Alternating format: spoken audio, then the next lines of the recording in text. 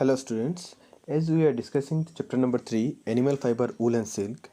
So till now we have learned about the history of animal fiber, sericulture, life cycle of silk moth and silk processing, silk fabrics and different other things. Now we will come to the next topic, that is wool. As you are seeing on the screen that wool comes from sheep, goat, lemurs, yaks and some other animals. It is soft and resists dirt, static and tearing. Wool protects us against both the cold and the heat. We use it to make strong lasting fabrics for rugs, blankets and items of warm clothing such as coats, sweaters, scarves and gloves. Wool has some unusual qualities which make it a very useful fabric fiber. Wool is said to breathe because it stays in balance with the surrounding moisture even when no longer alive and growing. It absorbs and evaporates moisture. So from here, what do you know? Wool comes from animals such as sheep, goats and lemurs, yaks and some other animals. Wool can resist dirt. It helps us to protect from in the winter, in the winter season. It helps us to protect from cold, and sometimes it is very resistant to anything. It is very hard, it is tough, and these are the different qualities of wool. Wool is a very good fabric fiber and it can last for a long time. Now we will read about the sources of wool. The main source of wool is specially selected and tamed sheep. There are some factors that improve the quality of fleece of the sheep. These factors include care of the animals, its diet and climate in which it is reared. The sheep are shepherded of their fleece once in a year, either during spring or onset of the summer season. Shearing is also done twice in a year, but only at the place which experience warm climate all over the year. The fur is sheared up to the skin by using machine. Good quality sheep can give up to 5 kg of fleece in 1 year. So from where we can get wool, good quality of wool we can get from sheep, and from the sheep the wool is taken once in a year in the winter places. Where are the place where there is too much wind, too much cold, such as Kashmir, Himachal. In these places once in a year the wool is taken, but in the places where the climate is warm, little bit warm, there they can take 2 times. You can take the wool from the sheep. You can herd their skin hairs, whatever wools are present on the body of the. As you are seeing the picture, the sharing of wool. See how the wool is taken with the help of a machine. They are cutting the wool from the sheep. The breed of sheep determines the quality of the wool obtained. The best wool comes from a particular breed of sheep that are known as merino.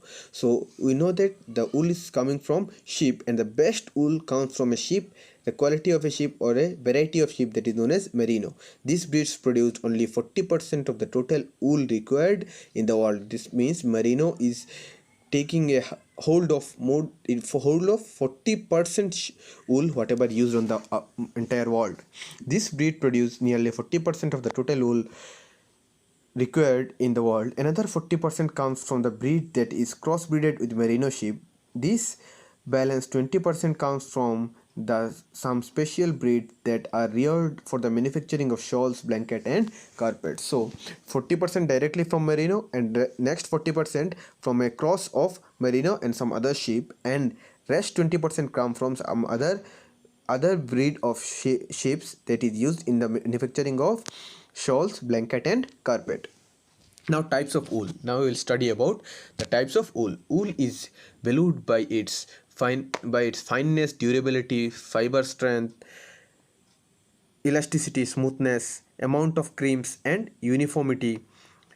All this character depends upon the processing of wool. Following system are followed in wool processing. So the type of wool, the quality of wool depends on fineness, durability, how much it will last, fiber strength of fiber and elasticity, smoothness. These are the different character on whose wool is dependent. There are two major kinds of cloth made from wool fiber are roasted and woolen. Roasted and woolen are the two types of cloth which are made from wool. About roasted, at first we will read. Wool yarn made of long staple fiber that have been combed to remove unwanted short fibers and make them lie parallel. So whenever you are taking a wool and you are taking the wool fiber and making them lie parallel, and then in the spinning operation which gives the necessary twist to hold the fiber together, roast yarns are more tightly twisted than the bulkier woolen yarn. The soft, heavy yarn is strong and durable and is often used for sweater. Roasted are also used for fine dress fabrics and sweet materials. So in the roast, you are keeping the fiber parallels and then the machine is spinning it. When the machine spin it, according to the necessary quality, they are spinning the number of fiber are spinned, and then the roast is soft, heavy yarn is strong and durable, is often used for sweater. Roasted is used for making sweaters, and roasted are also used for fine fabric and sweet material. Now we will read about woolen. Woolen is in this system. The woolen fibers of mixed length are cracked and then spun to form woolen yarn. The fiber made from such yarn do not have elasticity and smooth finished surface. So in the woolen cloth, now at first we have read about the roast cloth, now we will read about the woolen cloth. In woolen cloth, in this system, woolen fiber is mixed length and curdled with them spun to form woolen yarn. In here, different lengths wool are taken, different length fiber are taken, and then they are twisted to form a woolen cloth. These fiber made from such yarn do not have elasticity and smooth finishing surface. So this fiber doesn't have a smooth surface.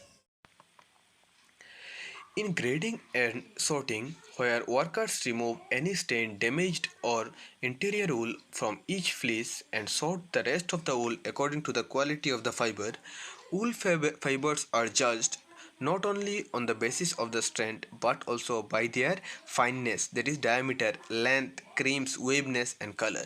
So wool fiber, in grading, what they are doing, grading and sorting, where workers remove the stained, damaged, inferior wool and only good quality and each fleece, and sort the rest of the wool according to the quality of the fiber. So they are keeping the quality, and then depend whatever the good wool, whatever they are selecting from here, they are keeping it, and then they are checking the fineness, length, creams and color. Now the wool is then scored with detergent to remove the yolk and such impurities and as dust and as sand and dust. After the wool dries, it is carded. The carding process involves passing the wool through roller that have thin wire teeth. The teeth untangle the fiber and arrange them into a flat sheet called a web. So after this process, what they are doing there, after the grading and sorting, what they are doing, they are washing with the help of detergent, they are removing the yolk, and then it is carded. In the carding process, what they are doing, a fine comb is taken. With the help of a comb like shape is taken. With the help of this comb like shape material, they are rolling it over the all the fibers, and the fiber is arranged in a flat sheet which is known as web. After carding, the processes used in making yarn vary slightly dependent on the length of the fiber. Carding length fiber are used to make woolen yarn. Combing length fiber and French combing length fiber are made into roasted yarn. So different type of carding is there, such as the process used for making yarn very slightly depends on the length of the fiber. Carding length fiber are used to make woolen yarn.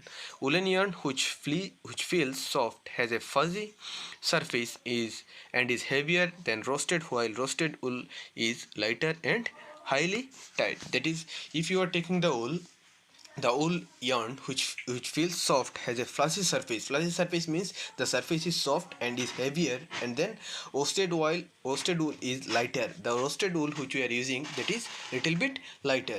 Now this this lighter wool is highly twisted. It is also smooth and is not as bulky, thus making it easier to carry, transport about. So in the woolen quality, we have seen with the help of woolen fiber you can make two types of cloth. One is roasted, another is woolen. In the woolen is little bit heavier and is soft, whereas roasted is lighter and is highly twisted and it is smoother.